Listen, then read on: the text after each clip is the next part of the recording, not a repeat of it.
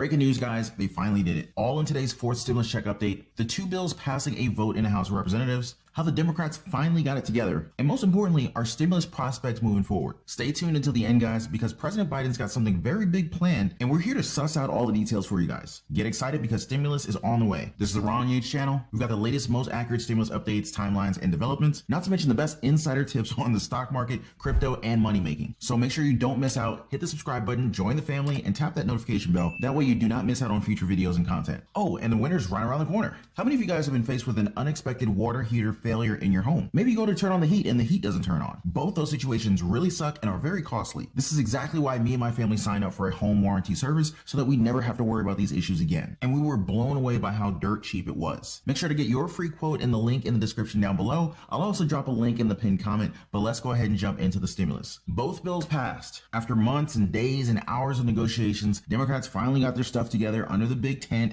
to be able to pass what may just be the most historic investment in America in recent history. What happened exactly, right? Well, the Democrats finally broke their deadlock by passing the $1.2 trillion bipartisan infrastructure bill, or infrastructure package, aka the roads and bridges bill, plus the procedural vote on the whopping $1.75 trillion social spending package that could give us paid leave, child care tax credits, Medicare, universal pre-K, affordable housing, immigration reform, and lower drug prices, all before the year's over. Here's the House cheering for the vote of the infrastructure bill. On this vote, the yeas are 228 and the nays are 206. The motion is adopted. Without objection. Ultimately, the progressives caved and gave in to passing the infrastructure bill while settling for a procedural vote on the social spending bill, just short of a full passage. Now, here's the official statement from House progressives. Quote, "Tonight, members of the Progressive Caucus and our colleagues in the Democratic Caucus reached an agreement to advance both pieces of President Biden's legislative agenda. Our colleagues have committed to voting for the transformative Build Back Better Act, as currently written, no later than the week of November 15th. All of our colleagues have also committed to voting tonight on the rule to move the Build Back Better Act forward to codify this promise. The President has affirmed these members gave him the same commitment. As part of this agreement, at the request of the President, and to ensure we pass both bills through the House, progressives will advance the Infrastructure Investment and Jobs Act and the House rule on Build Back Better tonight." End quote. Jayapal also shared some of her thoughts on Twitter here. Quote, "I voted to send legislation to President Biden's desk that delivers a necessary and long overdue investment in our roads, bridges, waterways, and transit systems that will directly impact our communities while creating millions of good-paying union jobs. This includes more than $500 billion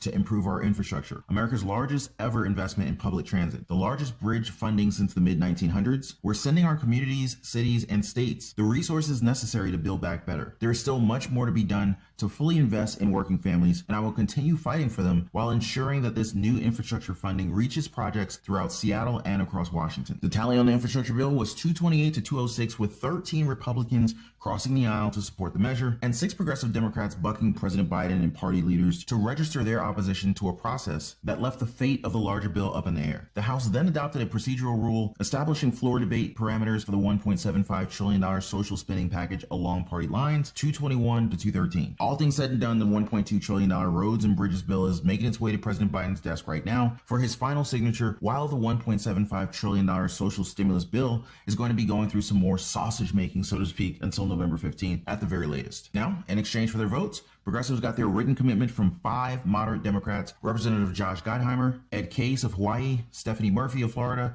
Kathleen Rice of New York, and Kurt Schrader of Oregon to support social spending package if the yet-to-be-released cost estimate from Congressional Budget Office is consistent with a White House analysis no later than the week of November 15th. If the two tallies don't mesh, the moderates said that they retain committed to working to resolve any discrepancies in order to pass the Build Back Better legislation. You heard them, guys. So let's keep a very close eye on that one and make sure that they actually follow through on their commitment. But what do you guys think? Is this progress for stimulus, or is it a setback? Let me know what you're thinking in the comments below. Now, waiting with his signing pen in hand, President Biden had nothing but praises for the deal. He called the passage of the bipartisan infrastructure bill a, quote, monumental step forward, and he also emphasized that he looked forward to signing these bills into law. You got Representative Mark Pocan of the Progressive Caucus leaders. He tells it like it was the whole day was a cluster, you know what I mean? But beyond that, I thought everyone was working in a very congenial way. I mean, rank and file members figured out how to get stuff done. done. Yeah, he didn't say stuff. And I gotta admit, there were some pretty sticky parts that went down on that day. A morning meeting between Pelosi, White House officials, and moderate holdouts yielded no breakthrough. They demanded a CBO score because they said that they were worried that these programs will increase the deficit further and that the revenue risers included in the legislation would not quite be sufficient to cover these costs. Moderates had said that they'd feel more comfortable moving forward if they knew for certain that the bill would have limited impacts on the debt. Representative Stephanie Murphy said, "We have, because of COVID, already spent around $6 trillion roughly, and we need to approach this in a very fiscally responsible manner, and the only way to do that is to know how much the package costs." After that, Nancy Pelosi and her leadership then changed gears and called a vote on the infrastructure bill and the rule for the social spending package, all the while daring liberals to tank the roads and bridges bill. There was even a point when the head of Congressional Black Caucus, Representative Joyce Beatty, she was left waiting outside a meeting of the Progressive Caucus. You see, Pelosi asked Beatty to go to the Progressives to change their mind. At one point, Representative Ilhan Omar, a member of both the Black and Progressive caucuses, left the meeting, came into the hallway, and gave Beatty a hug. Omar then went back inside. Representative Lisa Blunt Rochester escorted Beatty into the meeting shortly after 8 p.m. After hours and hours of negotiations, finally it was a group call with Biden and the Progressives that broke the deadlock. According to insider sources, Biden was put on speakerphone so that dozens of progressives in the room could hear. The 11th hour deal was a three-way agreement between Congressional Progressive Caucus, moderate Blue Dog Democrats, and the Congressional Black Caucus. Now, in exchange for the $1.5 or $1.2 trillion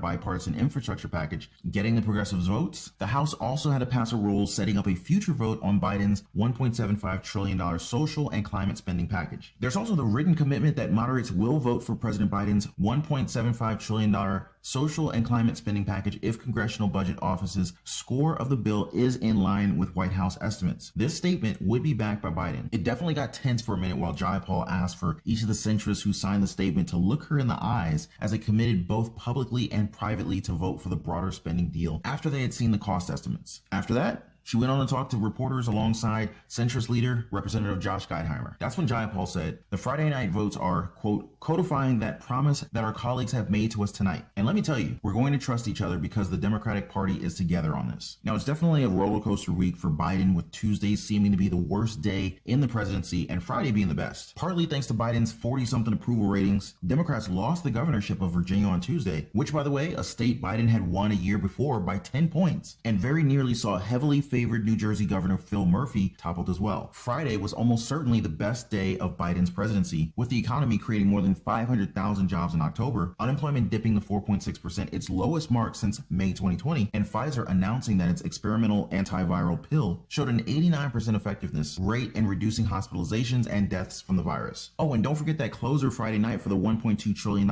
infrastructure bill definitely is not something to sleep on. Very fitting, Biden said, and I quote, "America is getting back to work. Our economy is starting to work for Americans," end quote. Where were the Republicans in all this history making? They were singing on the House floor. Na na na na, hey hey hey, goodbye. You know, like what kids are singing to losers in the schoolyard? Now, this is something that speaks a lot about the Democrats. Rewinding the tape back just a little bit, Democrats sang the exact same tune back in 2017, a year before the GOP lost the House after failing to repeal Obamacare. And like this headline says here, reeling from surprise losses, Democrats sound the alarm for 2022. Democrats on the ballot next year said that unless Mr. Biden and other party leaders addressed voters close to home frustrations, they were certain to lose their congressional majorities. Representative Abigail Spanberger, who's facing re-election next year, said, quote, "We were so willing to take seriously a global pandemic that we were not willing to say, yeah, inflation is a problem and supply chain is a problem, and we don't have enough workers in our workforce. We gloss over that and only like to admit to problems in spaces that we dominate," end quote. Some other signs here. 2 senior House Democrats announced that they won't run for re-election in 2022. 2 longtime House Democrats, North Carolina's David Prince and Pennsylvania's Mike Doyle, announced Monday that they will not seek re-election in 2022. Now, this is worrying as the retirement of long-serving lawmakers may reflect worries about Democrats holding on to the House next year. So far this cycle, 22 members of the House, including 13 Democrats and 9 Republicans, have announced that they're not running for re-election in 2022. Very interesting. But don't count out Biden just yet, guys. He's definitely still got some tricks up his sleeve. Biggest of them all, changing up that filibuster. Yeah, the filibuster. Remember that one? Now, we've heard President Biden's town hall where he mentioned his plans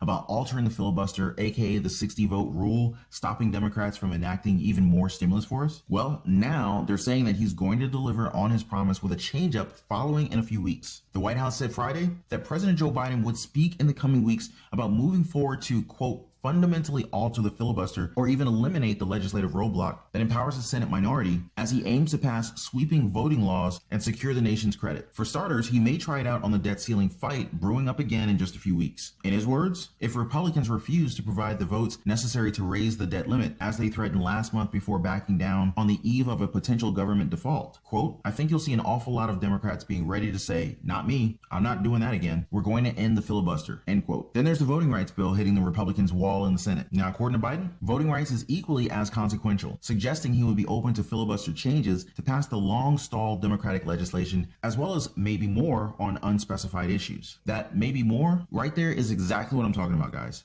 Maybe more. Let's pay very close attention to that. Major stimulus hint alert. Senate Majority Leader Chuck Schumer also said something about the filibuster recently. Madam President, this is a low point in the history of this body. A few moments ago, Senate Republicans, for the fourth time this year, were presented with a simple question. Will they vote in favor of starting debate, merely a debate, on protecting voting rights in this country? In today's case, they would join Democrats in proceeding to the John Lewis Voting Rights Advancement Act, which would reinstate long-standing, widely embraced federal protections on the right to vote. With just one exception, Republicans once again obstructed the Senate from beginning its process. Schumer said that Democrats will explore, quote, alternative paths to pass the voting right legislation. And he's likely referring to a filibuster carve-out just for this. Now, what's got me so excited is once this filibuster carve-out pops, it'll definitely be hard to stop. Remember, we have 80 plus lawmakers, 156 top economists, and 2.95 million signatures right now, and Vice President Kamala Harris, all waiting in the wings to swoop in with that fourth stimulus check once the window opens up. I'm telling you guys, if there were ever a time to tune in, this would be it. Don't miss our next updates as we give you guys the latest stimulus news, timelines, and developments as they happen in Washington and all over the US. Hit the subscribe button now and tap that notification bell already. And don't forget to share this video with your friends and your loved ones. I'm pretty sure that they would love to know what stimulus help is on the way. And hey, the more people keep an eye on Congress, the bigger the chances that we can get that stimulus train rolling into our station, right? So there you go, guys. Breaking news. As promised in today's fourth stimulus check update, the two bills passing a vote in the House of Representatives, how the Democrats finally got it together, and more importantly, our stimulus prospects moving forward. More to come in the next one. Thank you guys so much for watching, and an even bigger thank you guys for always hitting up that like button. I really appreciate it, and I will see you guys on the next